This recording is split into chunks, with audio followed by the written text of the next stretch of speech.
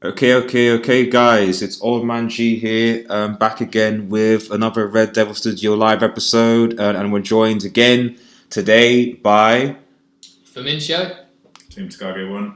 OJ. Okay, and a few more people are coming later, and we're basically going to get into reviewing the previous game week, previewing the upcoming game week, fantasy football, Super Cup chat, and more. So please remember to like, share, and subscribe to Red Devil Studio, as well as his posting in the comments and getting involved. And hopefully we can have a good show.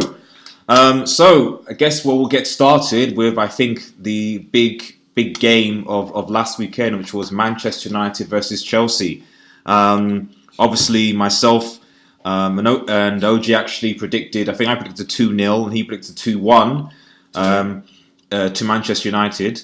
I don't think any of us would have seen 3-0 coming. Well, it was 4-0, just to correct you. It was 4-0. It was 4. Just so it's aware. Jamie, good to see you in the chat. Appreciate it. Thank you for joining. Ask us anything. We appreciate you coming in. So I just want to. So we'll start with OJ, like how he felt that Chelsea performed in that game, how he feels knowing that his team basically have got a negative 4 goal difference right now. Mm-hmm. What do you think? What do you think, OJ? Well, we started the game well. We did start the game well, actually. Well, it was just a combination. It was largely a combination of individual errors. I don't know. I don't understand why Zuma is playing on the left-hand side of the defense, though. Okay. I feel like Christensen is more adept at playing on the left-hand side because he's more composed. I think he can use both feet to pass. Yeah, and Zuma is basically a younger Rudiger. They kind of lack composure to an extent. Okay. But anyways, it was a promising game until Zuma considered the penalty, and then everything went downhill from there. But I also noticed that Lampard's setup was a bit too ambitious. Like I can't remember who said it exactly, but this English female footballer, Alex Scott, is it? No, that plays for Juve. Like she's got something Aluko. Aluko. Yeah. She said she made a statement which I agree with. She said that Lampard's drive to blood in the youngsters should be tempered with realism, and I totally agree with that. Okay. He shouldn't just throw all the young boys in and just say, you know what, do your thing. Of course, it should be a mix of course. But and I think she also needs to be aware of the fact that Chelsea obviously. So you had a transfer ban. Yeah. You sold obviously your best player in terms of Eden Hazard. It's still more or less the same squad as that didn't play particularly great. And on top of that, obviously you have your injuries in your Rudigers, in your Kantes, etc. And you sold David Luiz. So when we're talking about a lot of your experienced players are either gone or are in decline. So it makes sense that like Lampard was like, you know what, for this also and. As we've seen in this week, we've seen that, to be honest, N'Golo Kante is your MVP. Yeah. I mean, if N'Golo Kante played against United, I would have been very, very concerned for our midfield.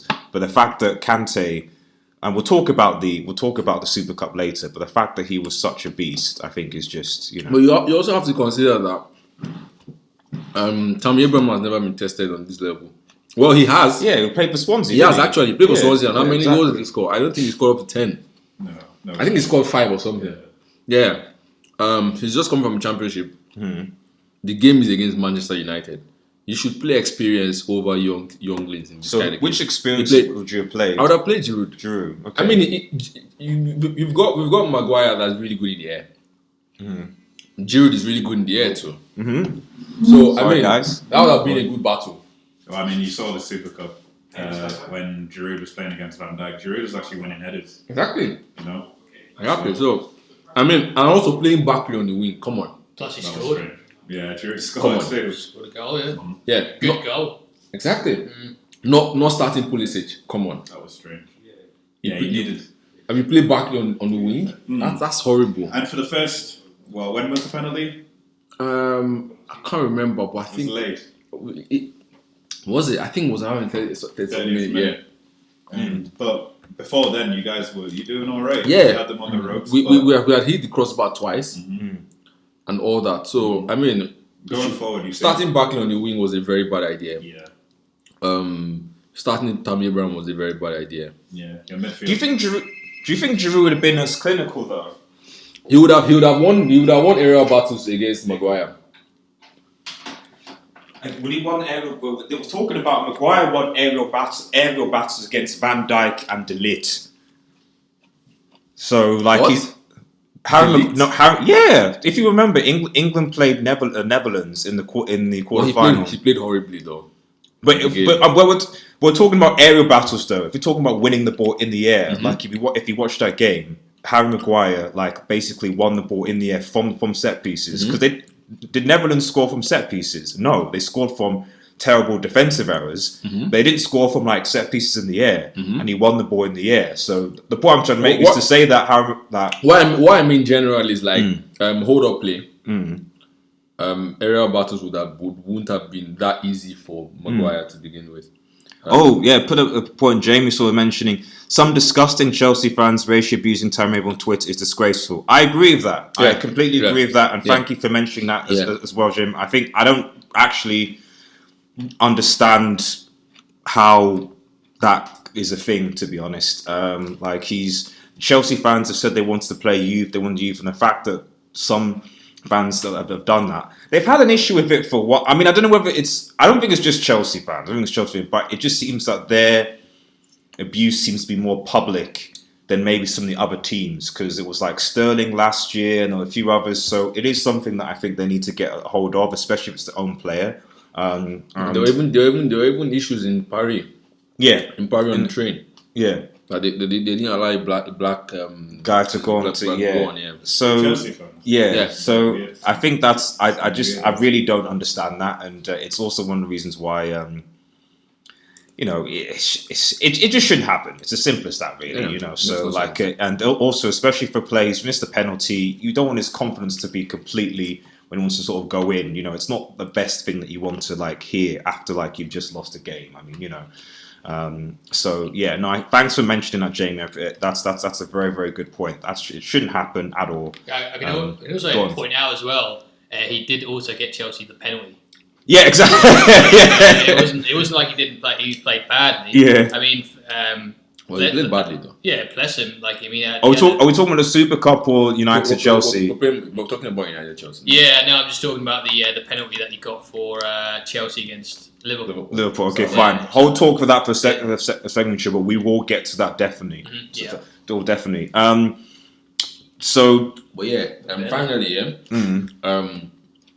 Finally, Man U took their chances. Chelsea didn't. That was the difference. Okay. I thought Chelsea were unlucky though. They hit the post, hit the bar. Three times actually. 3 times. Yeah, two times in the first half. Yeah.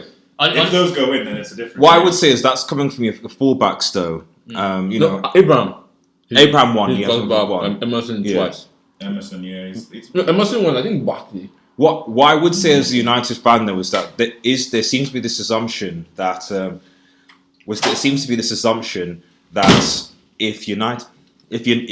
if Chelsea had scored, United would have just sort of been in trouble and have just been collapsed.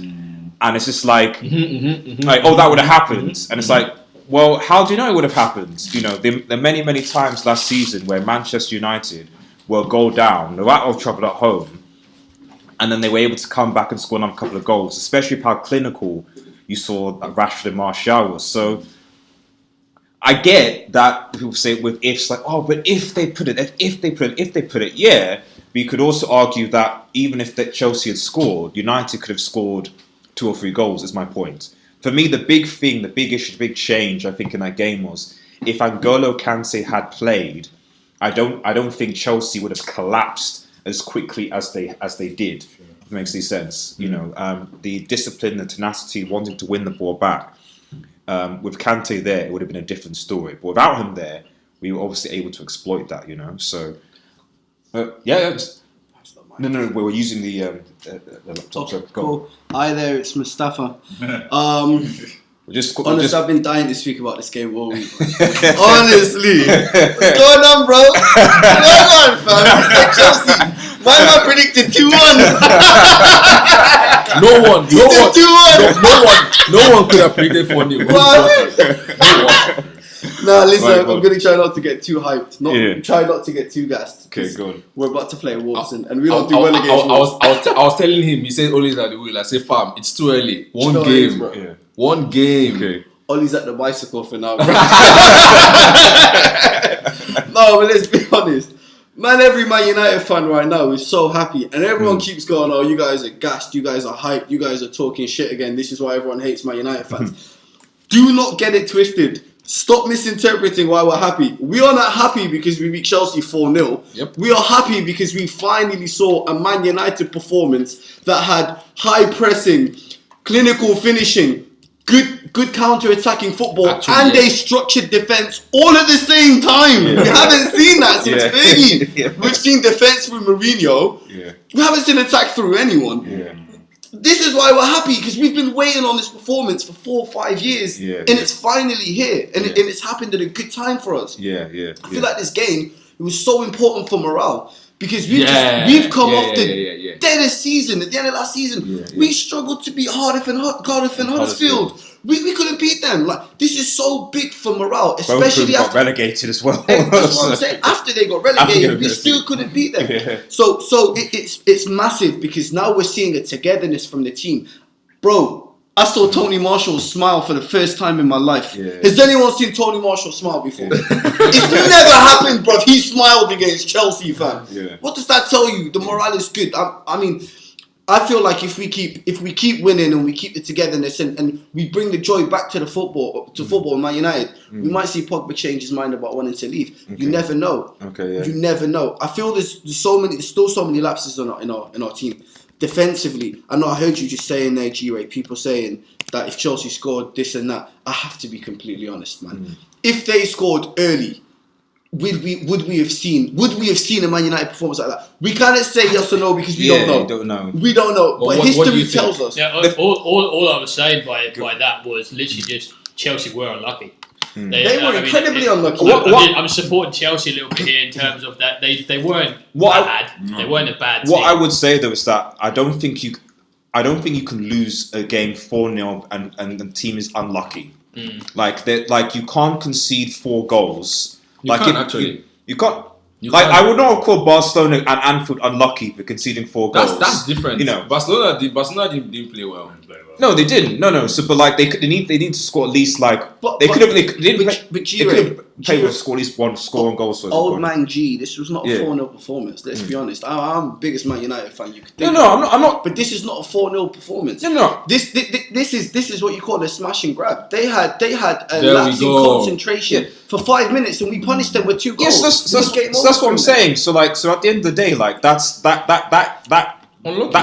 No, you can't call it unlucky because it's not unlucky because in football you've got to concentrate for 90 minutes. If it's not your day, it's not your day. Football. You know that. If this is that's true, but how can you hit the crossbar 3 times in the game? Listen, the whole situation with luck is that's off target, man. There's an element of luck that comes naturally, and there's an element of luck that you create yourself. Now, you cannot play well for 30 minutes in a football game and then be upset that your team lost because it's a 90-minute football game. Man United started better for the first 15 minutes. You only played well in the last 30 minutes of the first half. What? The second half, you did not turn up. Yes, bro. What? Yes. I think they played pretty well in the first half. Yeah, that's what I'm saying. No one's saying they didn't. The last 30 minutes of the first half was Chelsea's dominant spell. Before that and after that, we didn't see nothing from Chelsea. No. Actually, no. Tell me when you did well. From the beginning. Beginning what, bro? When Tammy hit the crossbar. But when he hit the bar, 6 minutes. Mate! But what? The ball fell to him. We showed he hit the post. There was no creativity in that. That was you.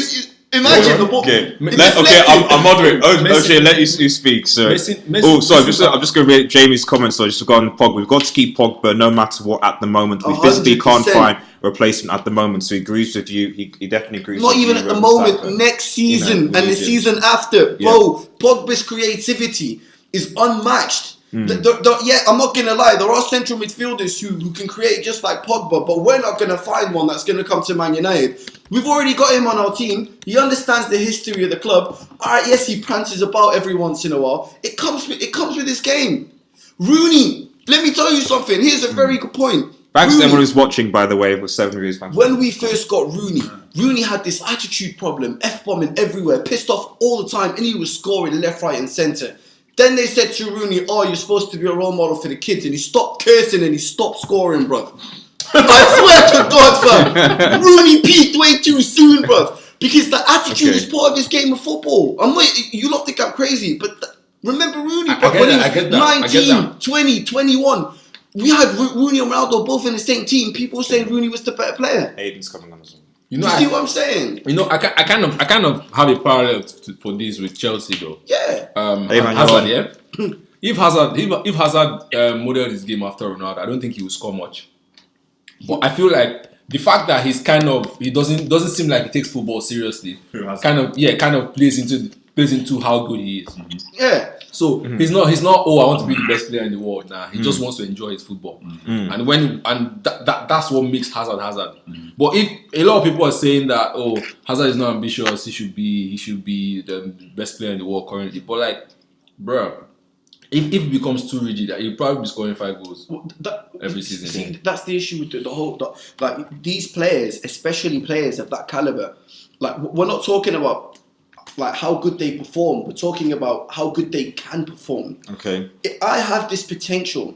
It is my job to do as best as I can on the pitch, but it is your job as the manager to unload this potential, to unlock this potential. It's your job to find the structure for me and this team that fits for me and suits for me A, to enjoy my football, and for me B, to play as best as I can.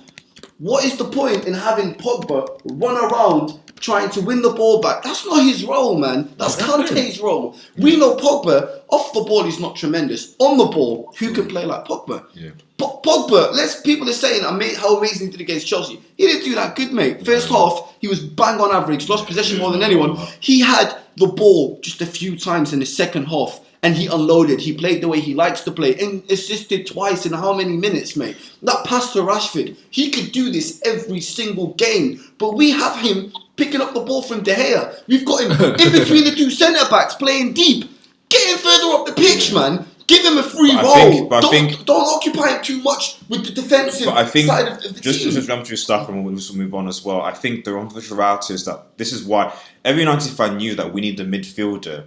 And that game it was evident that we need a midfielder. If Herrera, for example, was still at Manchester United, to be honest, we probably would have convincingly beat you. Yeah. If Ander Herrera was still at Manchester United. If they had Pogba, then we could have had anyone. If they had Kante, we could have had any central midfielder. No, even with Kante, I still think without transfer with there's only one Kante, mate. Yeah, of course. Nobody can do that role. But Kante does it. But they had Kante last season. We went to Stamford Bridge and beat them there and we had the midfielder of Herrera, Pogba, and I think it was either Tommy or Matic. I can't remember. But the point I'm trying to make is that when you have someone else that's doing the dirty defensive work, and that's what we need. Yeah, and that's a problem. And here's the issue: we've got like Pogba dropping deep, and Herrera's pushing forward. I got something for that guy. James shouting out: Rashford will score more goals than Martial this season. No. Oh, Dan Aubameyang. That's not gonna happen. Listen. Man United need to play Martial as the number 9 because Martial is a better finisher than Rashford every single day of the week. Rashford, he scored good goals. All right, yeah, his finish was decent. He was a very good finish. But let's be honest. Look at Rashford's track history. He does miss a few sitters. He scored 2 goals now, hasn't he? In one game. Yeah, of course. One of them was a penalty as well. No, I know, of course. He might not score again for a couple of games. Yeah. That said, he can score penalties. He can score. He's a very good penalty phenomenal. taker. His penalties are phenomenal. They're very good. Kane have the best penalties in the Premier League. Honestly, his penalties are phenomenal. But Tony Marshall doesn't miss one-on-ones, mate. Yeah. Tony Marshall doesn't miss one-on-ones. He's finishing. He's that good. Yeah. Marshall's biggest problem going forward is he likes the ball to feet, and he likes to create his own space rather than getting in behind defenders. That's something we need to work on if he's going to play as a striker. If he can get in, he's got the pace to get in behind defenders, and he can finish He can finish. He's a better finisher than Rashford any day. Fair enough. And Lukaku needed Well, 4 or 5 shots per game just to score one. Come on, man. Yeah. Fine. So we essentially established United and Chelsea. Interesting game. Oh man, G, can I just say though? Oh yeah. Okay. Last point. We'll move on to Defensively, I've been saying this all week. Yeah, go. Defensively, Man United against Chelsea. Everyone here agrees that Chelsea could have scored. Everyone, like Emerson was shooting left, right, and centre. He's not even that good of a shot. That's it.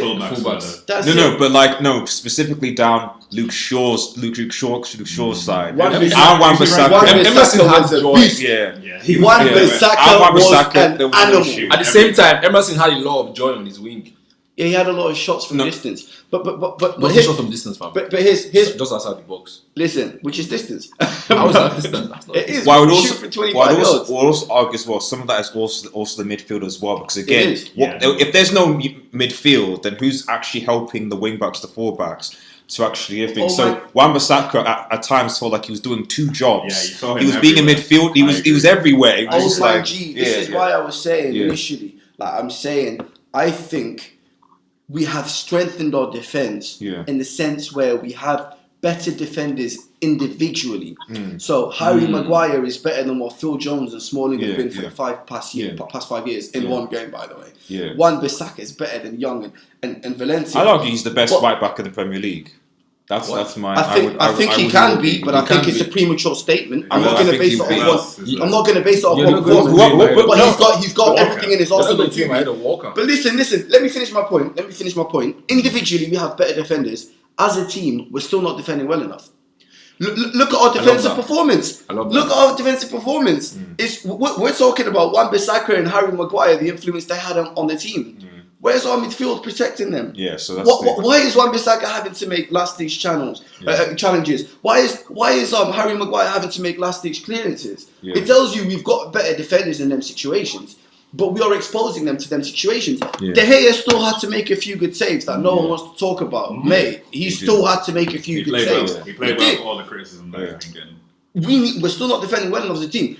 Chelsea weren't very good on the day with their finishing. If that was City or Liverpool, mate, we were going down 2-0 in the first half. Comfortably. Because we're not defending well enough as a team. Yeah. But that is the. I mean, let's get. It's early doors, boys. It's early. It's early. Exactly. It's early. You're still defending. Yeah, it's early doors. And not conceding, then I'll start it. And the worst thing is, on our next game against Wolves is a bigger challenge than the ones against Chelsea, because Wolves will sit back and counter you to death, and they do it so freaking well. We'll talk about that in the preview. So let's just quickly go for the main like I would say big games. So first we're going to go into we'll just quick review Liverpool Norwich and just share to meet you how you felt about that, and then we'll talk about Arsenal. And then we'll move on. Yeah, we actually at the time we were watching the game on the sofa whilst we're doing the last podcast, if you remember. Yeah. And it was just it felt like Liverpool was just scoring every single time they got on the pitch. I will say that Norwich don't look like an all bad team actually. Oh no, they play very attacking. Cookie looks good, right? Yeah, they play attacking football. It's just defense. They let in a lot of goals. Yeah, that's all it is. But I think the manager got tactics wrong for that game. And I'm not convinced by Liverpool's start to the season. They've only played 2 games. But I said this before the first game. I think Liverpool are going to struggle at the beginning of the season. And just look at the Chelsea game. Their players look burnt out just in the first half, mate, let alone the second half. Second half, the beginning of it, they played well. I'm not going to lie. They played the way we know Liverpool play. They press high, they suffocate you in your own box, get the ball off you, and then they break forward. But they were there for, what? Yeah, but 50 minutes of the game. But mate, just like Kante wasn't playing for Chelsea, Sadio Mane wasn't really playing he for. He scored 2 goals for them. Yeah, when he came on, but he wasn't. He came on at like the 68 or something like minutes. But why is Mane not playing? Because he's AFCON. Exactly. That's the point I'm making. I mean, he wanted. Their players are burnt out. No, I think he had an injury too. Mane had an injury. It's mainly because he played all season. And in the summer as well. Burnt out. We'll talk about the Super Cup. He didn't look burnt out. He didn't look burnt out at all. Because he's a beast. Mane can go on for ages and ages. But I am telling you now that the Liverpool team needed to reinforce in the summer in order to maintain this the pressure they're putting on City. Because you've got Salah who's played all season, all summer. He got knocked out in the AFCON, yeah. But you've got Firmino played all summer, won it with Brazil. Then you've got Mane who made it all the way to the final. These guys came off the Champions League, took a week off, and then went straight to their national teams. Took a week off, and now they're back in the Premier League. This is what was happening to Hazard under Mourinho in his final season. He was just playing every single game, and he burnt out, and his performances declined big time. Which is why Aspilicueta is playing rubbish now. Because these players, they need some time off. This is why Klopp has been trying not to involve Mane in their games, but they forced him to because you guys you're not scoring as many goals as you would like you to. But the players are going to get burnt out, and then if one of them gets injured, what happens? Not to mention both of your keepers are injured now. What's going on with Liverpool at the minute? I mean, that's I'm concerned for them. I really am concerned. We'll see. What do you think about the midfield? And Hayden, we'll talk about Sunderland next. Actually, we'll go on. Yeah, I mean the midfield, Liverpool. There's no struggle in midfield because like we've got replacements for everybody who's in there. So we've got we've still got Keita who hasn't. He's always injured, fam. I don't know every time. Ox is coming back. He's the new Abu Dhabi. And he's a shadow of the Keita from Leipzig.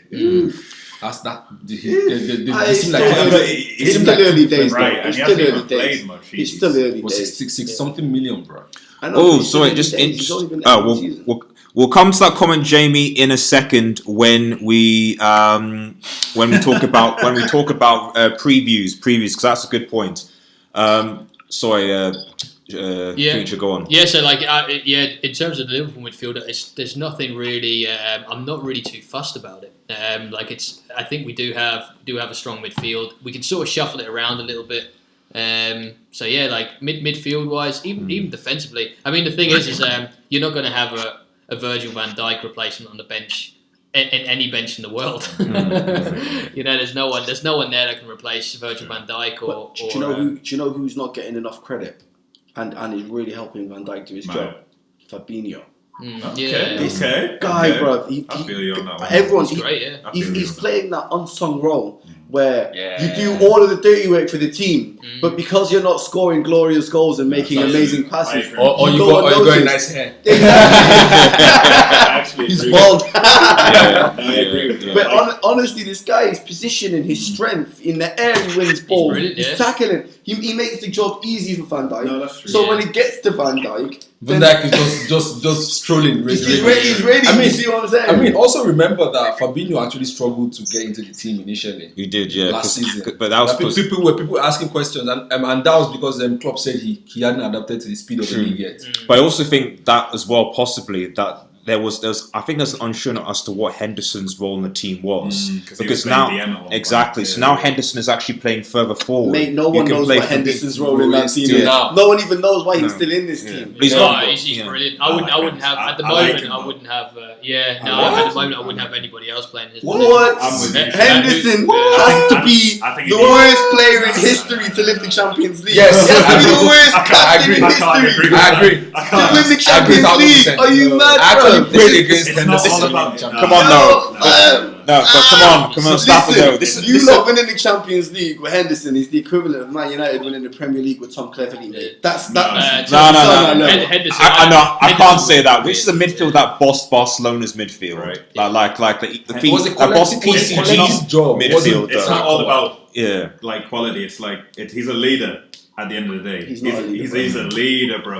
He's a leader. His running stats, nobody talks about them because everyone's talking about Mane's the people who score this, but his running stats are incredible.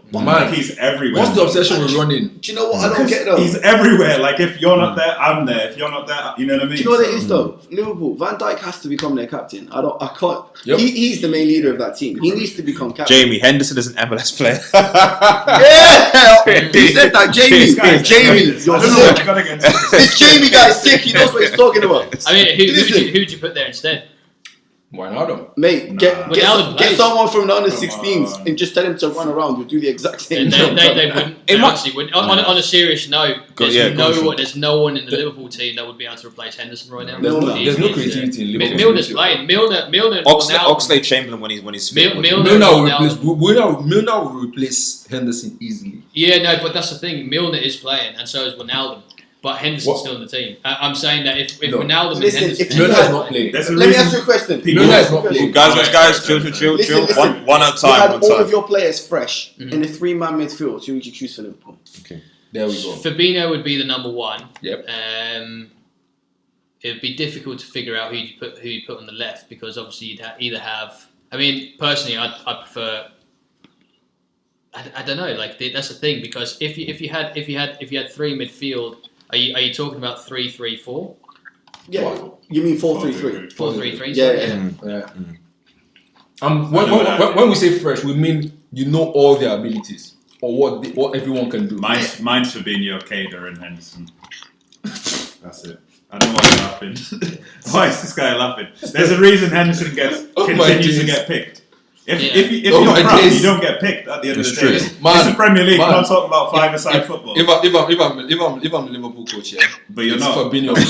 You two, you're not. So Yeah, and Henderson's playing. I'm vouching for Henderson. Yeah. But like Say it'll your be three. Say who would you pick? Fabinho, Wijnaldum, Yeah. Keita. Say no more. Easy. It's that simple. I'm not disagreeing Easy. with you, but I'm saying Henderson gets picked day. I just want to make a point. Yeah, I want to make a point. Okay, one point. Then we've got something. When you've got a very strong, when you've got a very clever coach who knows how to get the best out of his players, and knows how to motivate his players, and you have a team with quality players who can carry the team, you don't need everyone to be a superstar. We saw this with Fergie. How did Fergie win the league with Tom Cleverley or with Gibson or with people like Wes Brown, John O'Shea, people like when he had Raphael and Park Ji-sung in central midfield. Mhm. They're not world class players. No, They're not your starting 11 for your world 11. I'm not saying Henderson is a world class player. I know, I but just this is the haven't point seen. I'm making. When you've got a coach who knows how to motivate, Yeah. average players start to perform Yeah. higher than their ability. Yeah, definitely. Yeah. And then you've got the quality in front of goal to finish it. We Yeah. had the likes of Rooney and we had Van Persie and we had Ronaldo in teams like that. But behind them we had Raphael, we had Fabio, Wes Brown. Yeah. But Fergie knew how to motivate these players. Tom Cleverley, when the first time he won the league, he was doing a madness, bro. He looked sick. Yeah. Right. I'd still have Henderson Raphael there. had some luscious hair though. Yeah, he definitely did. No, Raphael had some luscious hair though. He did. That's a weird. He did. Right, I'm just gonna just quickly dive over the Premier League and actually speak to because Hayden's with us. Hayden, you there? Yo. Yeah, man. Hello. Yeah, cool, good, man. So, if I recall, Sun were playing Ipswich Town the weekend. Is that correct, man? Yeah, that's right. And how did you feel that went? That was 1-1 away form. How did you feel? How did you feel it went? Well, a lot of people are going to say it's going to be a good point because Ipswich are one of the favourites to go up. But if I'm being honest, I think this game was for the taking because our performance in especially the first half was woeful. I haven't seen a more dreadful partnership at the back than Flanagan. Oh my days. And, so many mistakes on his part, and I think that's what cost us the first goal. Just cheaply giving the ball away again, exactly how it was against Oxford on the opening day. So that is 2 draws from 2, and I think the second half was a slight improvement. We had 3 shots all game. Okay. One shot on target. Okay. And that one shot on target was our goal. So if there's anything to take from that, then that is it in a nutshell. That was how bad our performance was, pretty much. And what's the views? Because we'll talk about the next week game when we preview all the next fixtures. But what's the view on the manager now? Because I'm getting the impression that there's not a lot of love for Sunderland's manager at this moment in time. A lot of people have said there's been no change from last season, and I've got to admit that they're right because he's had all of last season to, kind of get to know the squad, but yet he still doesn't know what his best 11 is. Okay. That is pretty worrying. Like, Okay. when you're going into a new season, and as I said last week, this is a season where we need to get up out of League One. Yeah. And when you don't know what your best 11 is, then that is worrying. Like, Yeah. Yeah. We've brought in new players, but unfortunately, this system that Jack Ross is seeming to be playing at the moment really does it restricts how much we can go forward. It's more or less, we're pretty much playing for a draw, which I think a lot of fans are against. I mean, against the teams that we're going to be coming up this season, we should be winning these games easily. But when we're so negative and we're playing around the back, it just seems to invite teams to come forward, and that's how last season we would be winning so many games, and then we would just sit 10 yards deeper into the second half, and then we would end up conceding late on, and then I think that's what pretty much cost us promotion last season. The amount of times we would be ahead, and then we would drop back and concede. We had the highest amount of draws in the league, but I think we were near the top of the 4 tiers of English football. We were top 5 definitely for the most draws. Right. That says a lot. That does say a lot. We had a stat about fewest goals conceded as well, though. Well, for Sunderland, yeah. So they probably beat Arsenal's record of away wins. I think we've matched that. They've also matched the record, which actually brings us on to talk about Arsenal Football Club. What do you think? So Arsenal, Newcastle away. How are you feeling? Now it's okay. Obviously, we were playing a lot of youngsters, which was nice to see, but we got the win at the end of the day. That's what I like. St. James is a weird place to go to. Obviously, the atmosphere is crazy. You never know what can happen on the day. But yeah, we got the dub. We didn't have Ozil. We didn't have Kolasinac. Ozil... That's probably why you won. Well, interesting. Obviously, they're going to be back, and I presume in the starting 11 against who are we playing now? Burnley, that's the one. Yeah. And you think, obviously Burnley are a bit slow and things like that. Hopefully, we get a bit of creative football flowing and we can play well against them. I was impressed with Joe Willock. I thought he did really well. Ozil's vouched for him before. Reece Nelson did his thing. He didn't. I wouldn't say he created a lot of attacking chances, but he was comfortable on the ball, and I enjoyed that.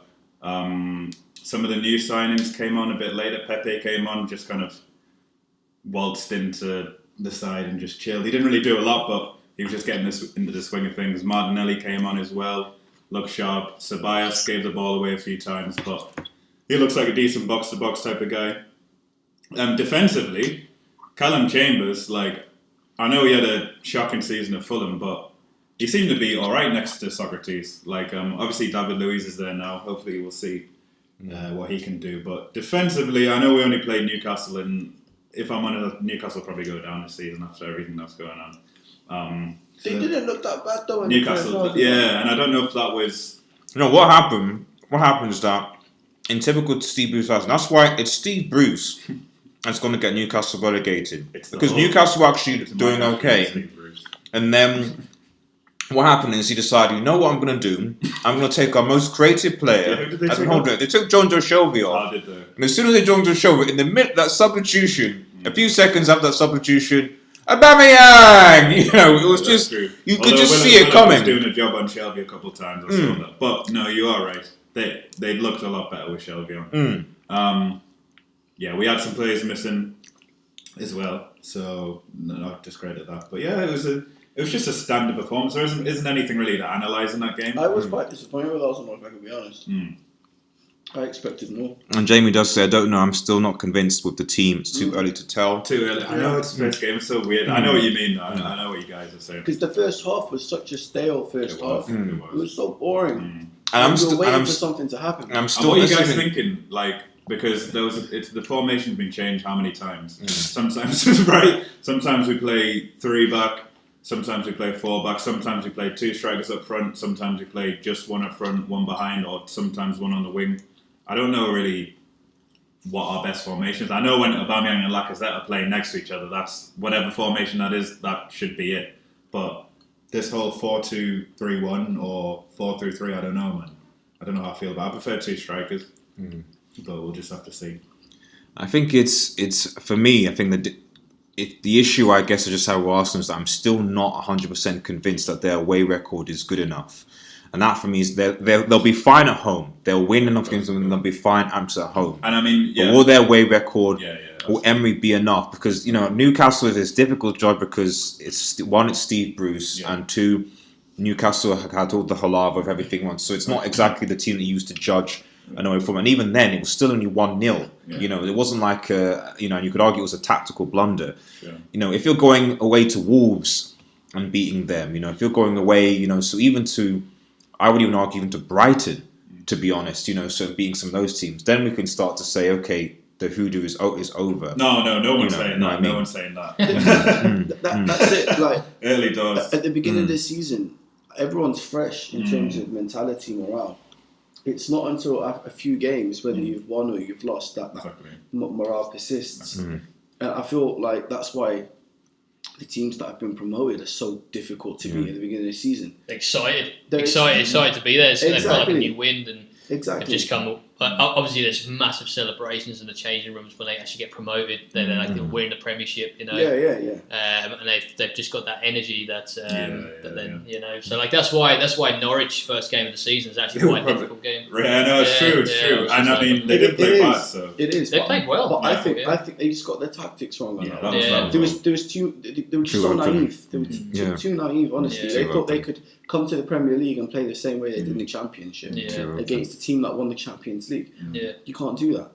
You actually can't. But if you looked at Aston Villa against Tottenham, Well, I saw a semi think that Norwich thought it was a bit of a free hit. That's because they probably thought to themselves, "Listen, we're playing the Champions League winners. Let's just give it a go. Let's just have a go, and just see what happens. If we lose, it doesn't really matter." Well, it matters in terms of goal difference towards the end of the season. Who So do Liverpool have next? Southampton away. Away. Southampton away. Speaking of which, let's before we go into our previews for the upcoming, let's just quickly going to go around just with a brief comment on some of the other games of the games before we move on to Games Week 2. So Hayden, I'm going to come to you, and probably the other biggest sort of win. Can you hear me, Hayden? Yeah. You still there? So what did you think of West Ham versus Manchester City? Well, controversial to say the least. I mean, it was a great debut for VAR. Okay. Decisions. Yes. Yep. That's a something. Go on, mate. Well, I think people will argue over the Sterling offside, but it's where you draw the line in terms of what part of his body is offside. Because they've said you can't score with your hand, which is true. So it's from your shoulder down to the ground and where the defender is, and it's you can't really argue with it because they have the technology now in football, to get these decisions correct, which should make it fairer on the overall, and if it's going to stop cheating as well, you know what I mean? Because if you see a person dive and you initially give a penalty, you can look at VAR and then kind of take the decision back. So it is, in my opinion, a very very successful addition to the game. No, I agree with that, and I didn't think we were going to do a VR debate. I mean, to be honest, with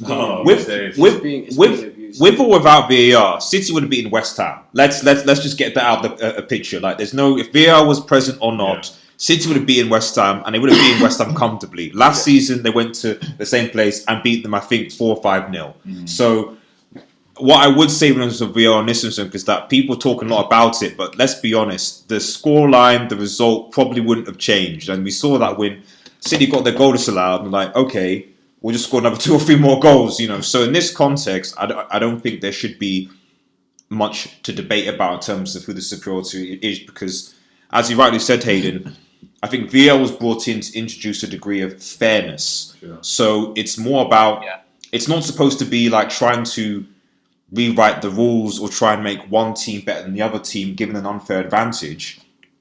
I don't think VAR advantaged Manchester City in the West Ham game. City were just a better team, or I think everyone agrees with that.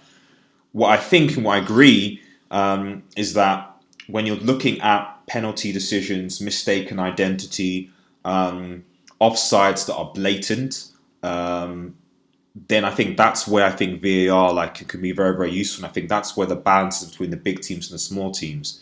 Like I remember, for example, there was a match, I think, was it Arsenal against Burnley like 2 seasons ago, where literally I think it came off, was it Giroud or one of the guys' hands, and literally a handball. Was it? No, it was against Burnley. I think it was towards the last game of the season. Okay. It got you into the Champions League, and it just handballed the ball into the box. Referee doesn't see it, and then Sean Dyche is like absolutely fuming. And I think he was then when he was like, "We need technology to sort of." He would be, if it happened against him, he wouldn't be bothered. He'd be like, VAR, why do we need that?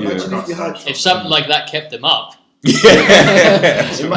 Imagine if we had VAR when England played Germany in the World Cup. Man, and Lampard hit the crossbar and crossed the line. Crossed the line, Well, that was, I think, the talk. Well, that's what's led to the technology, because then we've got goal line technology. I don't think anyone can say that we should go back to before goal line technology. Definitely. There should be no debate about that at all, because you know some of the, when you look back, some of the stuff was ridiculous. Yeah. That was like Thierry that one. Henry handballing the ball into. Do you remember for France against Ireland to get for the World Cup? So it's Honcho against Arsenal in the FA Cup final 2001. He basically saved it. I don't know if anyone remembers that. Maradona against England, I'm sure people will see that. So hand of God. but at risk of abusing it, I think it's killing the momentum of the games a little bit. Is it though? I don't know. It really is. I mean, look, don't get me wrong. Like you said, blatant offsides, blatant fouls, malicious tackles, and penalties. I think that should be the limit. Like, you should not be doing VAR for absolutely everything. Yeah. I don't think they're doing it for absolutely everything, though. Everything, bro. For what? Not reviewing free kicks. Just Fouls. Not fouls. They're not doing it for fouls. They've not done it yet. Doesn't mean they're not going to do it. look at the goals. Yeah, but on the rules. How many offside goals that? Yeah, but that's Why did they do that? Wait till the guy scored and then call it offside. so. This is It's stupidity. So this is something that people need to be aware about. Okay, the way that VR is, because unfortunately there are obviously different organisations in football. Yeah. And so the way they do things, so UEFA and Europe, that's why in the Champions League, for example, when it came to handball last season, their rules on handball were slightly different. So that's why in the Premier League, the handballs that were given in the Champions League weren't given in the Premier League, but they were in the Champions League. So the issue again is not, as I keep on saying, it's not with VAR itself. The issue is with the laws and how they're implemented. So if you have a consistent implementation of laws throughout all footballing competitions, which we don't, because they're run by different organisations who will tinker it slightly depending on what they want from the team. Because the Premier League is so fast paced and we're more laid back, we're a bit more kind of like, oh, come on, that handball. We're just a bit more sort of, whereas in Europe they're like, no, absolutely not. You know, we've got to have that type of sort of thing. Mm-hmm. So that's why. Already disconnected. That's why I think that you won't see some of the. So in the Premier League, they won't let all of those. That's Hayden trying to reconnect. You won't see a lot of those instances where like they just allow play to sort of go on unless it's very close. So if it's very close, they won't, to keep the flow of the game, they won't raise the flag. They'll let the play continue and then they'll then sort of review it rather than raising the hand. Because that's essentially the point of it, is that you don't want to raise your flag. The referee doesn't want to raise his flag, get the decision wrong, and then the striker misses the opportunity. Mm-hmm. Rather let the play go on, let the goal be scored when it's close, not when it's blatant. So is that when the linesman is unsure? Is that what they're saying? So like the linesman will put his flag up if it's a blatant offside. Yeah. So when they're like when it's blatant, like when it's like false, of course that they'll put it up when they're in the Premier League. But when they're like unsure, when it's so close, it's kind of like actually, you know what? Just hold it and then allow the play to go on, and then that's when it will, because it makes sense, because then you then stop what this whole idea of like, he wasn't offside, wrong decision, and stopping the play when you can actually let the play go on. Can I just say on like gender equality now? Shout out to all the female referees. They're doing it better than the men.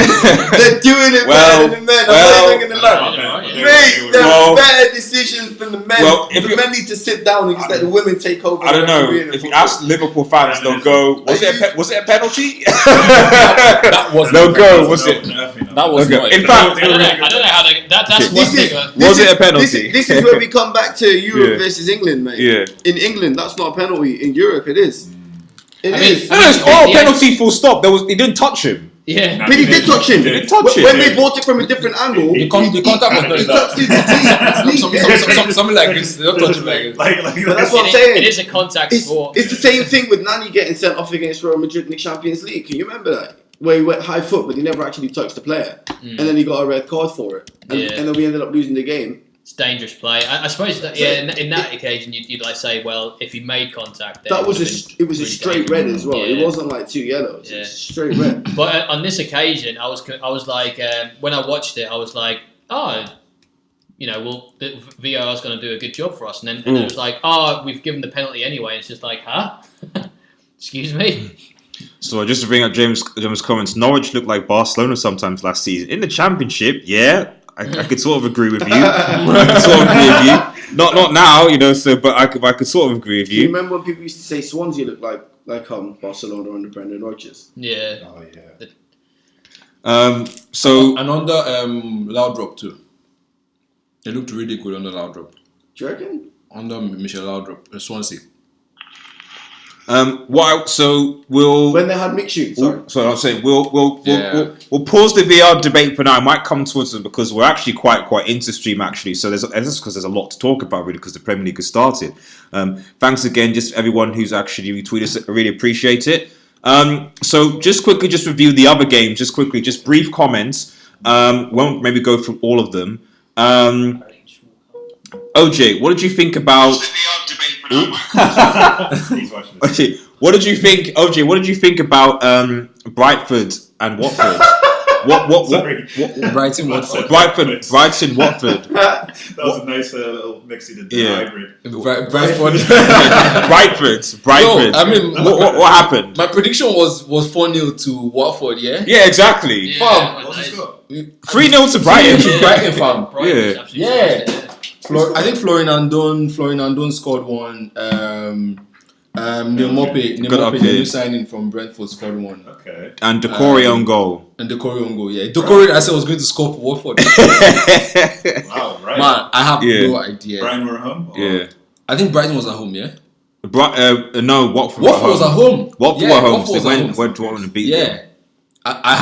Man, let's just say football happened because I don't understand what went on, man. It was ridiculous. It's a weird first day, man. Yeah. It was ridiculous. It was a very, very. I mean, going on that, like Sean, what did you think about? Was another spanking Burnley, Southampton? No, Burnley were at home. Yeah. I got to be completely honest. What was the score again? 3-0. 3-0 to Burnley. Ashley Barnes brace, the guy who he's just a thug in the box. Ashley Barnes. He's like, it just reminds me of some local lad who's like picked up a football and was like, you know what? Yeah, let's go. Let's go. And then after the game, let's go again. That's Ashley Barnes sensitivity. I've never had a problem with Burnley really. I think they're a good team. They fight for the ball. You know that it's going to be a tough game when you go to their place. But I mean, Southampton have been very sporadic over the last few seasons anyway, haven't they? So like, it's just a matter of you know they'll probably like get smashed by Burnley and then they'll draw with Liverpool on the weekend. You know, they could. My dad Jamie. Southampton. likes A very yo-yo team, really. Yeah. Jamie, Ashley Barnes over Harry Kane. Question marks there, Yeah, man. I don't see. I'm not. Yeah. I'm not a Harry Kane fan. I admit that straight away. He's one of the best players that we have in England. I don't like his style. Yeah, no, I don't. Mm. You've got to admit, like, he's one of them people. You just do not want him in the box with the ball at his feet. No. Yeah, I agree. He's a good finisher. He's a good finisher. He is a nightmare. But like on the contrast, I think Tottenham as a team played better when he got injured last season rather than when he was actually in the team. Yeah. Honestly, mate, we saw more of Lucas Moura and more of Son.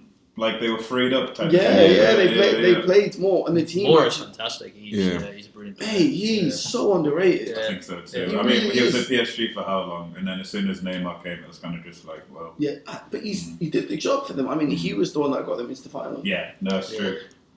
Ooh, I was going to ask Hayden actually about the Tottenham game, but it's reconnecting. So we're going to have to. Hayden, you there? Hayden? Yeah, no. You there? Cool. Okay. So just brief ones before we start previewing the game. So we're going into stream. What did you feel about Tottenham Villa? Hello? Well, Hmm? it was a good game, in my opinion. Villa got the first goal, which was unexpected by a lot of people, but it was a good goal by John McGinn, cutting inside and then finish it in the far corner. Mm. And then I think Tottenham really went on to assert their dominance, and Harry Kane got 2 goals, I think, was it? It was, so Harry Kane, it was Ndombele got the first one. Yeah, and then Kane scored 2. Very good finish. And Kane scored 2, yes, yeah. I watched that game, and it all changed when Eriksen came on. I was looking at the statistics for this just earlier today.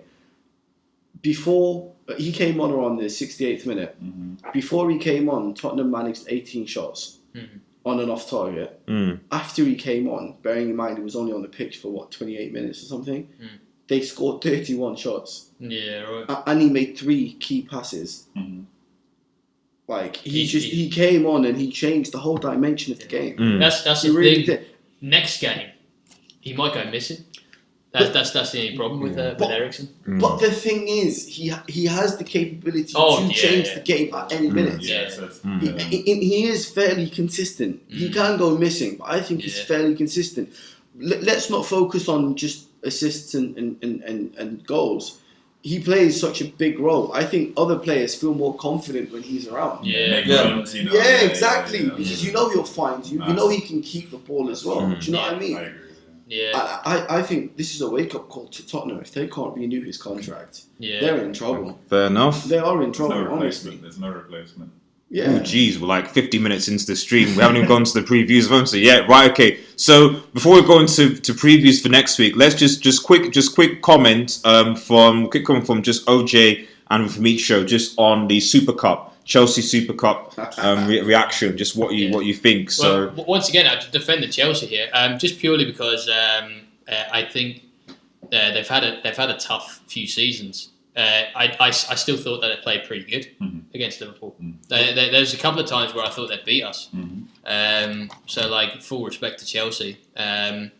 Just when it comes to penalties, just Liverpool just seem to pull it out of the bag every single time it goes to penalties. So, it was. I really felt sorry for Abraham. He didn't deserve to miss that. Really. I mean, I'm glad that he did, but just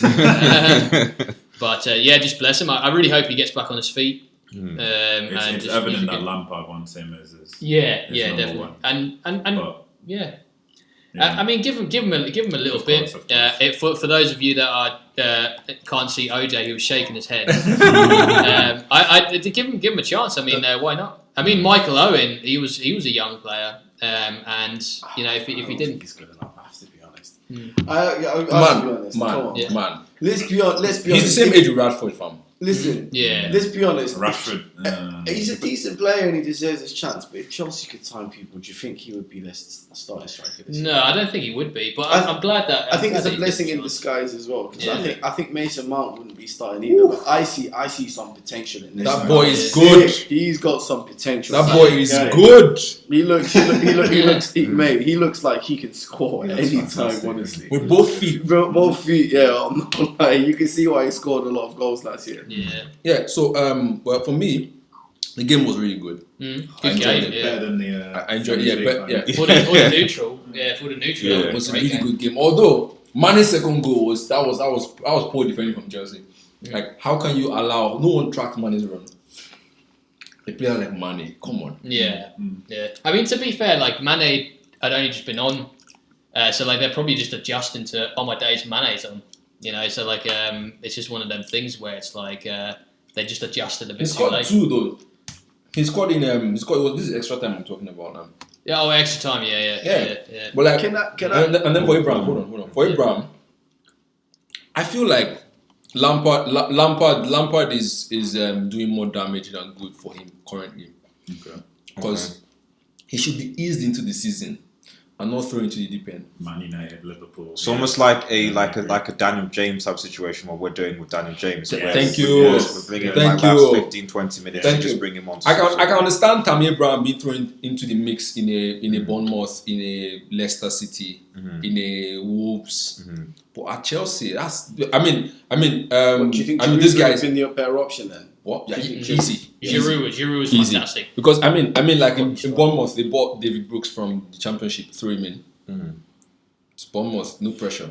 They bought Leicester City bought Maddison from the Championship, 3 million. It's Leicester City, no pressure. Brighton bought Neil Maupay from Brentford, 3 million against Brighton against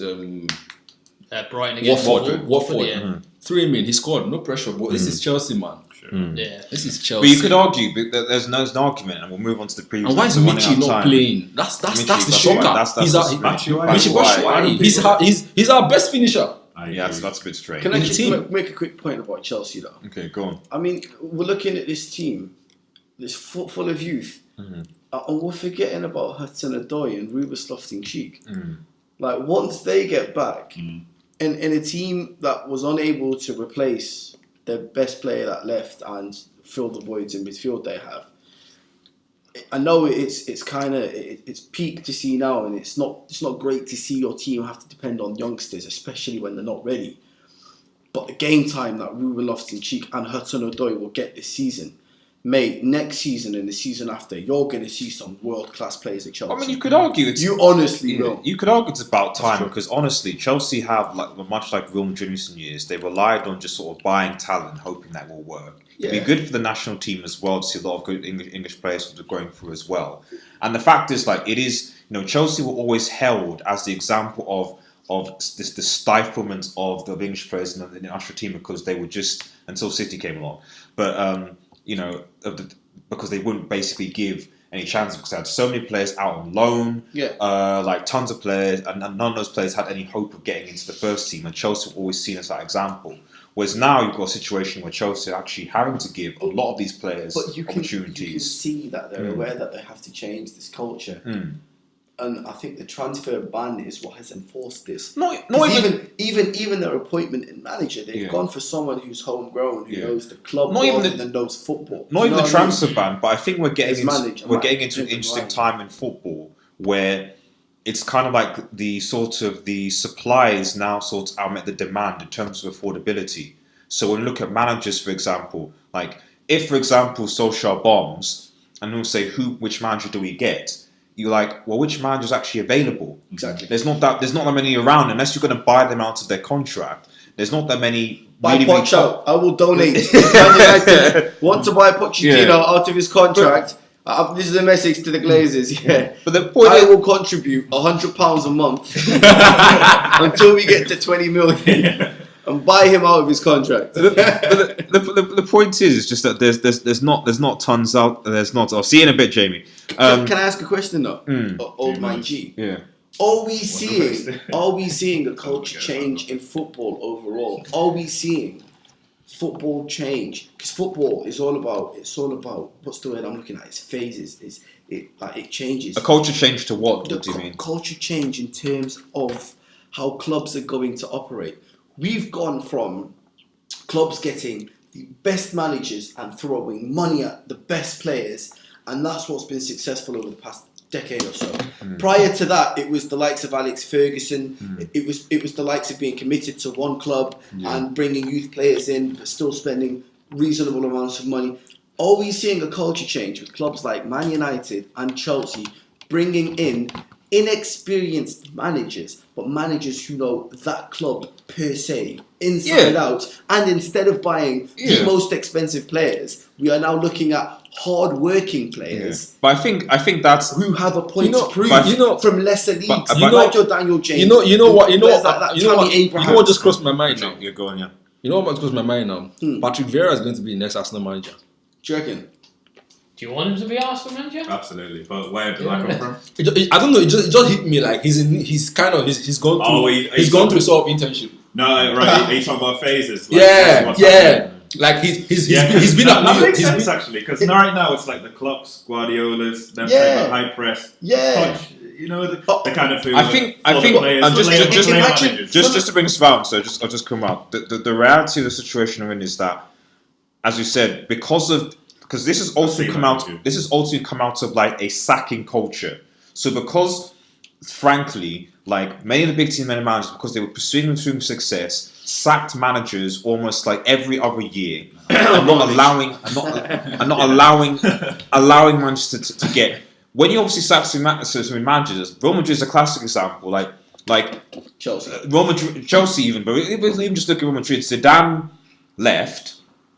And they were struggling to find people to actually just sort of take. But one guy that no one can pronounce the name of, Lopetegui. And then he had to call Zidane to come back. You know, so and when it comes to players, Neymar smashing transfer window because players under contract, players especially mid teams. So you see a lot of what we call mid-table clubs or average. Well, I would say average teams, but like not high clubs like Dortmund, like Monaco, like all these players saying, well, actually, the players under contract, we can sell our. If you want to buy our players, we will charge you 100 million, 800 million, 80 million, etc. to get those. Just like with Leicester with Harry Maguire, you know. So you seeing clubs saying, you know what, we don't want to be screwed in the transfer market anymore. Yeah. We can't afford to pay 100 million for mid-table, which may or may not work. Yeah. As in the case of Neymar. So what we're going to do is we're going to look at our youth, we're going to develop that because that's a cheaper option.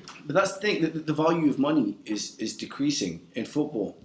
Because back in the day, if someone says, I will buy your player from you for 100 million, you're thinking, wow, 100 million, I could get 3 or 4 different players with that type of money.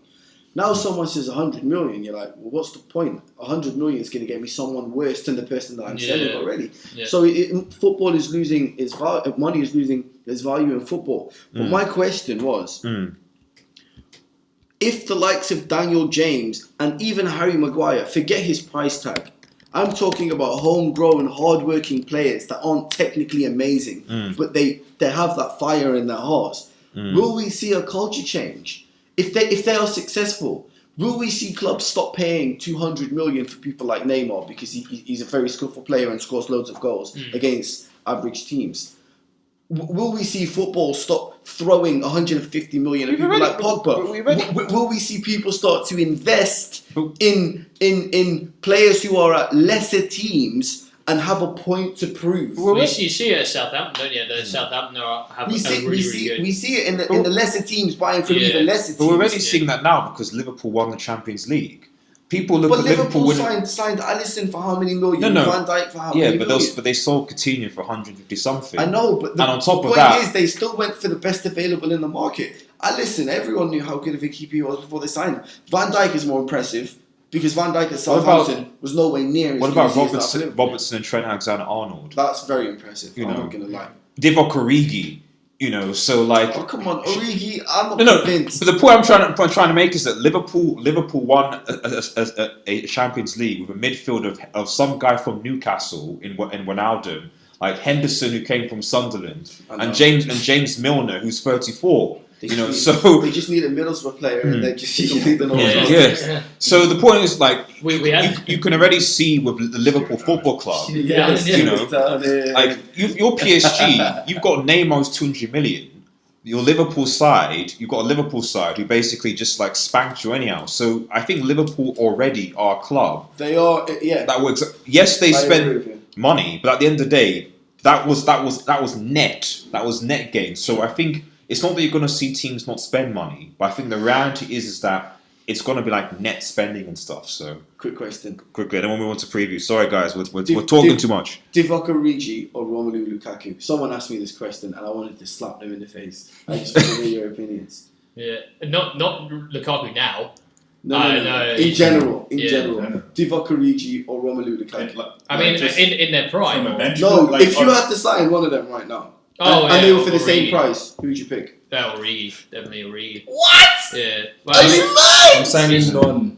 It depends. For me, actually, Lukaku. I don't know. Too fat. Origi's super sub. He's massive. For me, Origi's the best super sub ever. it also depends on what league you think. I think. You I lot are think mad. You guys are forgetting. it depends what league you're playing in as well. Forget Lukaku's last season, mate. Man. Imagine this we guy scored move- 120 goals we in the Premier move League. beyond- He's only 26. Yeah. I think we Yeah. move beyond scoring 5,000 goals, man. Like, what do you bring to the game? Lukaku's link-up play is atrocious. Yeah. I don't. He's got the touch of a baby elephant, hasn't he? Yeah. Right, I want to interrupt just the because elephant is ashamed of that touch. I will interrupt just because we're out to the stream, so I think you guys are hungry. So we'll quickly just preview the upcoming fixtures. Hayden, you still there? Yeah, I'm here. Oh, good. Sorry, what was talking about? So we'll start with you. We'll start with you actually. So the upcoming. So this is obviously this weekend's fixtures from tomorrow. So we'll start with into the fans. Newcastle, Norwich. Newcastle away. As a Sunderland fan, what do you think? I think it'll be a tight game, as both teams are like, I would say, fighting for survival. Mm-hmm. Well, not now they aren't, but there will be. That's a There will be now already Mm-hmm. fighting for survival. Yeah. So I think this is going to be a draw. Okay. And I think it's going to be 1-1. 1-1. 1-1. Okay. Do we all go around and say one, like the score, or does No, we'll just one individual. Yeah, just going time. And also, what about Sunderland? Because Sunderland are playing Portsmouth. Is it at home? Yep, at home. Kick off on Sky Sports. And what's your expectation? It's like a plug. We'll tune in. By the way, shout out to the Hayden Potts channel. If you guys are listening, please like, share, and subscribe to that guy's channel. It's a Sunderland fan channel. Please support him and Sunderland. Go on, mate. Someone else. I don't know what to expect really, because with us at the moment we are playing terribly, and we've had 2 draws from 2 games. Mm. So I feel like this is going to be the game. I think most people are going to, if Jack Frost doesn't win this game, it will signal like a lot of hate towards him, and I think this is a critical game for him. So I'm going to say 1-0 Sunderland. Okay. It's going to be Grant Ledbetter, the captain. Fair enough. It's very detailed. I hope you're right. I really hope you're right. Me as well. For his sake, definitely. Right. Famicio, Liverpool away to Southampton. What do you think? Yeah, just talking about there, like it'll probably be a tough one. Like I say, like Southampton, they're that sort of team that they got battered by Burnley, and then they'll give Liverpool a great game and they'll draw. I don't know. I'm going to stay optimistic. I think I'm not particularly too concerned about Liverpool at the minute. I know that they're sort of leaking goals, but I think that will come good. So I think just the next few games, and this game against Southampton, I think will just be a bit of a wake up call. They'll work on a few things in training. So I think that there's nothing really too worrying about Southampton. Famous last words. So I'll just go with a 2-0 victory, but a comfortable 2-0 victory. Who's the score? Salah. Salah brace. Okay. Salah, and I'll go. I don't know. I'll go Salah if Mane plays. Yeah, if Mane plays, Mane. Salah, Mane. Salah Mane. Fair enough. Okay. Team Takage. Arsenal at home to Burnley.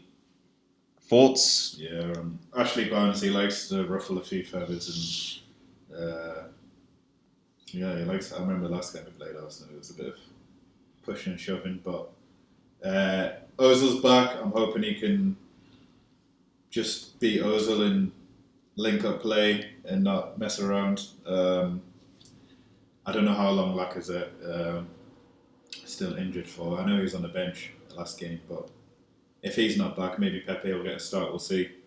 I think I'll go I think I'm going to say 3-0. 3-0. Yeah, So you don't think Burnley going to score? Nah, I'm going to go Aubameyang brace, Mm. and then maybe the defender. Maitland-Niles. He's all right, he gets a lot of stick, but and rightly so sometimes. 'Cause he does switch out. But I'll go with Aubameyang brace, and maybe one of the defenders will score too. Okay. Fair enough. Right. Chelsea at home to Leicester City. Thoughts, OJ? If I'm going by how Leicester City played against Wolves, I think it will be 2-0 to Chelsea. Okay. Because They were away from home as well, I think, weren't they? Or were they at home? who? Leicester? Leicester, were they at home? Were they? I think they were at home. They were at home, yeah. They were at At home. home. Okay, fine. They were at home. I'll go with 2-0 because I think. Oh wait, what am I saying? Hold on. I think it'll be a draw actually, because Wolves sat back all through, and Leicester was attacking, and Leicester didn't have a cutting edge. Chelsea doesn't have a cutting edge too, so it's going to be a stalemate. You're going for a draw? Yeah. Okay, fair enough. We got Kante back and he's going forward now as well. Yeah, so he's great. there's that, but at the same time, Am I the only person in the room that thinks Chelsea's a good team? I think they're right. Just Liverpool fan. I think Chelsea's a good team, but at the same time, we just lack that decisive finishing Yeah. at the end. Like a Martial type of finisher. What? Like that No. type of finisher. I think on another day those ones that were hitting the bar and the post against Liverpool and Man United, they'll go in. This is what's dangerous about Chelsea, though, is you can only motivate your players based on performances for so long before results have to start coming in, or they're going to start losing faith, and the tactics, the lineup, team morale's just going to plummet. And I think they came out motivated against United at first. Okay. They looked all right, especially in that 30-minute spell. And then they looked motivated against Liverpool. I think he's going to be able to motivate them again for this game as well. But if they lose, or if they don't draw, then the next game after that's going to be even harder to try and motivate them. And it's going to keep. They need a win for team morale right now. Because right now they're playing like they have a point to prove, but they need to win in order to play like they believe in the system they're playing in. Yeah, that's a good point. It's a good Yeah, point. so it's a draw. I make good points. So draw. What's the score? Zeros. 0-0. Yeah. 0-0. Nah, do you know what? Okay.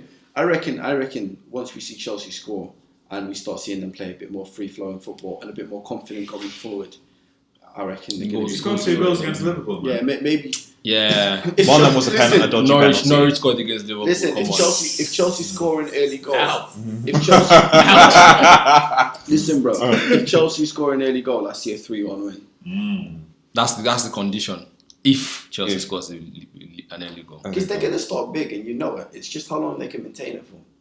The only thing I would say about Leicester City is just like Brendan Rodgers knows how to set up against big teams. Yeah. I know, and bear in mind, Brendan Rodgers was also Chelsea, was involved in Chelsea management region as well, so he knows how to set up against Chelsea. He dissembled Chelsea. Brendan Rodgers at Chelsea. Was he coaching Chelsea before he moved to it's just Liverpool? like Exactly. Yeah. Coach Brendan Rodgers, and he dismantled Chelsea. I think Leicester did beat Chelsea last season, what I can recall. I know, but if Or the Chelsea Wolves did as well. If so. Chelsea scored one goal, then they forced Leicester to reconsider their tactics and actually play football. But that's the thing. But this is the thing. Leicester will play football. They've got Leicester, Yuri Tillemans. Yeah, fam. Brendan manager. Brendan They'll Rodgers. sit back. No. Do you not think they'll sit back? Brendan I don't Rodgers think they'll is sit not the back. type of manager. Listen, Leicester. They don't have the personnel to sit back. Yeah. No, listen, Leicester. Their most successful season under Ranieri was when they sat back and played explosive counter attack. Yeah, But that's not how Brendan Rodgers but plays. Yeah, I know. Yeah, but the personnel has changed now. The only DM they have is Ndidi. Yeah, Ndidi's really good. Ndidi's actually very good. Ndidi's yeah. fantastic. You Yeah. could- But I mean, he's not I as good don't. as Kante though. I don't have faith in Sentuk. That's their young centre back. Did he use Johnny Evans is good. Oh, Jamie, you're back. Good to Yeah. see Johnny you Evans back, is man. good, actually. We're just previewing the previewing like- games. I have faith in their front line though. The front line, Jamie Vardy loves playing against Chelsea. Let's quickly move on. Sorry, because this stream is going on for a while, so this will probably our longest stream. Because we still have to just have one final word about fantasy football. But Mustafa, if you just keep this brief. I know it's a Manchester United fan channel, but Manchester United against Wolves away Monday night. What do you think? I think it's a very difficult one to predict because just the Man United fan in me just wants to go nuts and say, we're going to smash them 4-0 like we did Chelsea. But realistically, that's not going to happen, is it? Okay. It all depends on how the game starts. I expect us to start high pressing, to start explosive, full of energy. If we score early, then it could be a landslide. If we don't, then we're looking at a potential 1-1 or a 2-1. Yeah, We might nick it. If they score, it'll be difficult to break them down. if they score before we score, then we're going to be chasing them all game. Yeah. And we're going to be exposing our defence. And if that happens, they're going to beat us, I have to be honest. Yeah. But I'm going to have a bit of faith in my team Okay. and predict. Can we keep another clean sheet? I don't know, man, because Jota and Jimenez just need one chance, don't they? They didn't score last week, but anyway, go on. They just scored 4 against that team in Europa League. I mean, I'm saying last week in the Premier League. Yeah. That's a massive point, by the way. They've just played yesterday. They've only got 3 days. Well, to actually, Jamie, who's actually just rejoined us. I remember he mentioned a point. Ask him what he.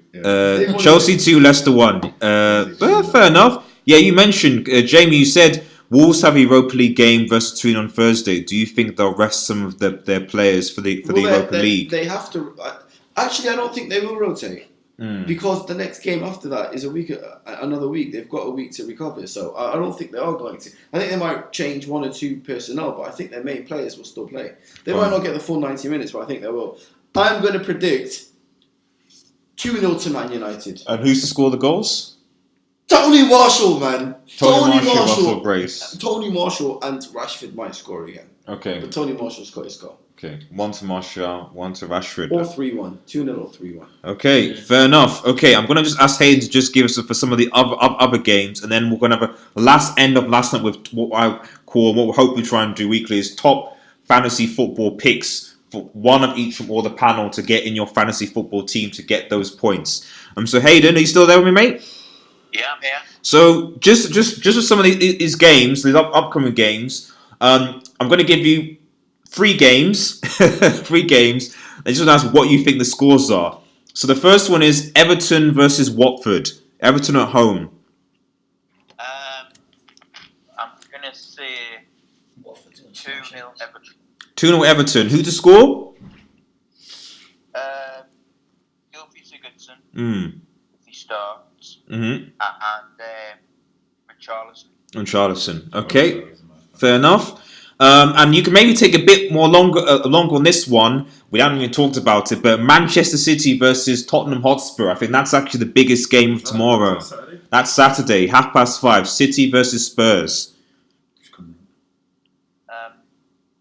I'm going to say it'll be a tight game because 2 of the big 6 playing, and I think it's going to be 3-2 Manchester City. Ooh, okay. I like that. That'll be 3-2. good, yeah. I like that. That'll be a fun Plenty of game. to goals. watch. 3-2 Manchester. I Okay. think- Who to score the goals? I think Gabriel Jesus, Okay. Bernardo Silva, Okay. and Aguero. I'm going to say Gabriel Jesus gets 2, actually. Okay. I like Gabriel. Can I say Okay. something? Oh, I Jesus just want to finish this. Christ, Who do you think will score for Spurs? I'm gonna say Christian Eriksen Mm-hmm. and Lucas Moura. Okay. Yeah, he won't even play. Okay. Fine. Okay. I- Mustafi, you I want just- to weigh in on here? I dispute this. I think Tottenham are going to get hammered. Mark my words. Tottenham are Okay. going to get hammered. It's at Okay. City, right? It's at the Etihad. It's at the Etihad, yeah. They're going to get hammered. These players are going to turn up, yeah? Man City are going to walk into that locker room. All Pep Guardiola's going to have to say to them is, remember what happened in the Champions League. We have a score to settle right now. These players are going to go out and they're going to go nuts. They're going to hammer Tottenham. Tottenham are not ready for this game. This game needs to come mid-season for Tottenham. Let's be honest. This Tottenham team is not ready for this fixture right now. Man City fan right there. I'm a Man United fan. I hate City. I would love for Tottenham to win. But we know it's going to happen. Yeah. This is Yeah. coming too early for Tottenham. Yeah. You know it. Tottenham barely just snuck past like a newly promoted Aston Villa. And City are they're in the form of their life. 5-0 already, mate, against West Ham. Trust me, these City players have a score to settle with Tottenham, and they are going to do it. I got to admit, it's like when I watch City play, it's like nothing. It's like there was no break. It's like they're they're just They just picked up and they left. I don't. Have you ever played Football Manager before? No, I've not. I think I have a long time. Do you know when your team's on good form and then you give them a team talk, you just say pick up where you left off? Yeah. Yeah, my man. Okay. I'll just read the comments. Just interrupt and bring it. I'm gonna download the Bring clip. in Channel intro. bring in Jamie again. So he's saying City 4, Spurs 1, which is reasonable. And also the Tony Marshall came for France. The English press said he had no chance. 50 million down the drain. Tony Marshall scores again. Exactly. Nice. Exactly. See to that. So and then lastly, Hayden, just before we go into the room, we'll finish. It's just be an interesting one. Brighton versus West Ham. That's a dead game. Does anyone care? Yeah. Just like- It's always been one of those. I think West Ham are going to win it. Okay. It's going to be 1-0. 1-0 to West Ham. Who to score? Mikel Antonio. Okay. He went up for half time against. Did he? Who did they play? City. Well, who No, not City. Who did they play? They played City. West Ham. Yeah. Yeah, he went on for half time, Okay. and this guy's injury prone because Okay. they looked. When he's on, he's an animal. Yeah. Like yeah. they looked actually decent in the first half. That Yeah. Haller guy, I'm not too sure, but Yeah. he held the ball up well. Yeah. Yeah. If Antonio does start, then I think they'll win. They've got I a agree with you, chance. Aiden. But if he doesn't, then Brighton for me. Okay. I like Antonio a lot. Brighton look strong. So that's our previews. Again, if you're listening, please like, share, and subscribe to Red Devil Studio. We've almost finished the stream. Just lastly, just before we wrap things up, we've been going for about 1 hour 15, so not too bad. Last 10 minutes. So guys, as many of you are aware, Fantasy Premier League has basically started. We've got a Fantasy Premier League on this channel as well.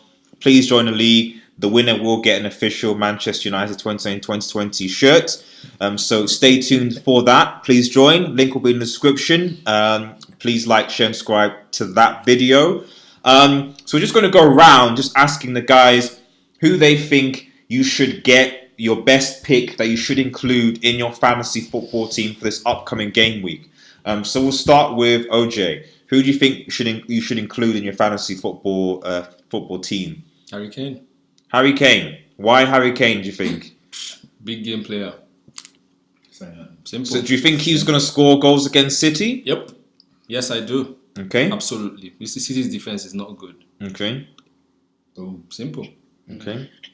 Fair enough. Okay.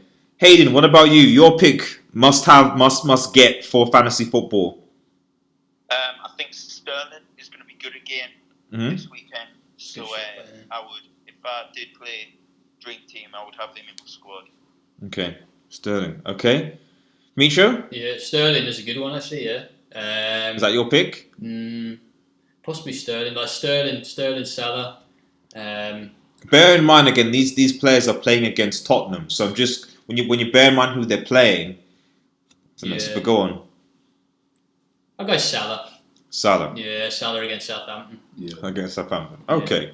I would have said Sterling too. But if you want if you're still transferring or whatever, maybe a cheap player, that Andoni that you were saying, for Brighton, OG, because they're playing West Ham and West Ham conceded. How many was it? 5 or was it 4?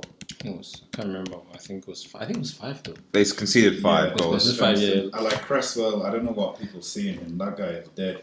But, he used to be good though. Yeah, but I know Walker's really, Diop really, actually really didn't have quick, but had a decent if you game. know someone's quick, you're not gonna Give him the space to run. right. Yeah. And he was just letting Walker take him for an absolute mug.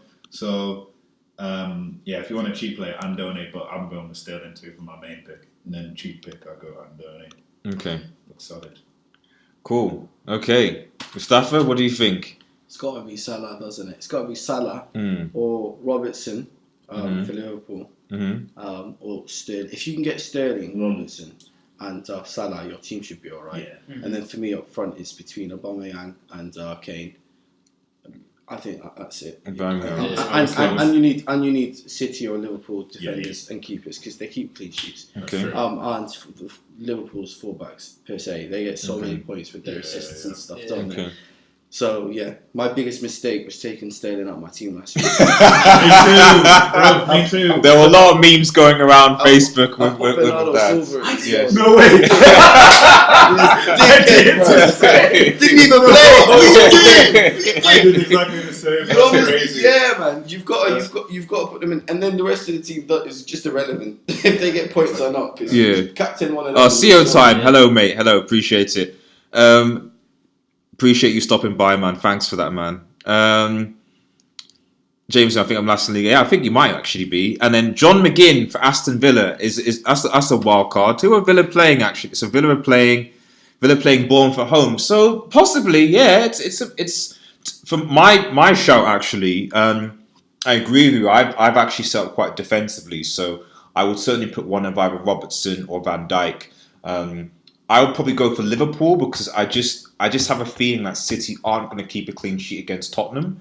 So I would probably go for at least a defender. It's going to be 4-0, bro. You'll see yourself, bro. What I would say, and this is a shout out because I actually think he was quite good against Liverpool, was this Pookie guy. Pookie, Norwich at home with Newcastle travelling, and I'm still not convinced that Steve Bruce knows what he's doing, to be quite frank. I'm really not. You'll never be comfortable in Newcastle. I just think that, Newcastle, they were okay against Arsenal, but I think with Norwich being and playing this is going to be their first home game back in the Premier League with the momentum with them, and with a guy called Pookie who they've got up front. I think Pookie's a good shout out to have as a striker. I'm going to put him in my team anyways as a good forward. He could score at least a good brace or something against a Newcastle side who Steve Bruce. I couldn't really pick out a bad Norwich player if I was honest. I thought they just played well. But yeah, Pookie was good. Did they get rid of Cameron Jerome, or is he still there knocking about? Norwich? Yeah, he was there for a while.